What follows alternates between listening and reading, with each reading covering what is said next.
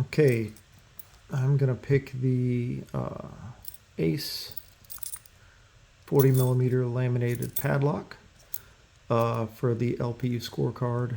It's a yellow belt lock, and I'm gonna be using my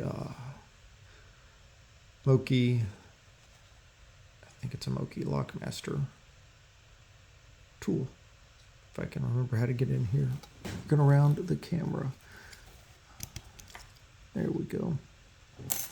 Use that one, and I'm a flat hook kind of guy. I'm going to use the flat hook. There.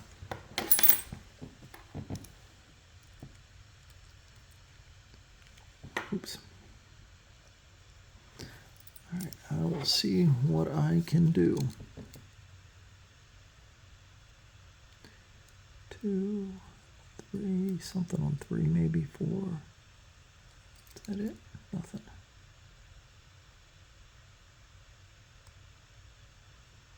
2, God, just a movement there, not a whole lot.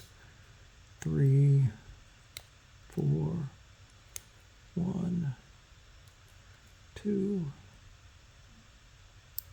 3, 4. Nope. 1, 2, 3. There we go. Yellow belt lock.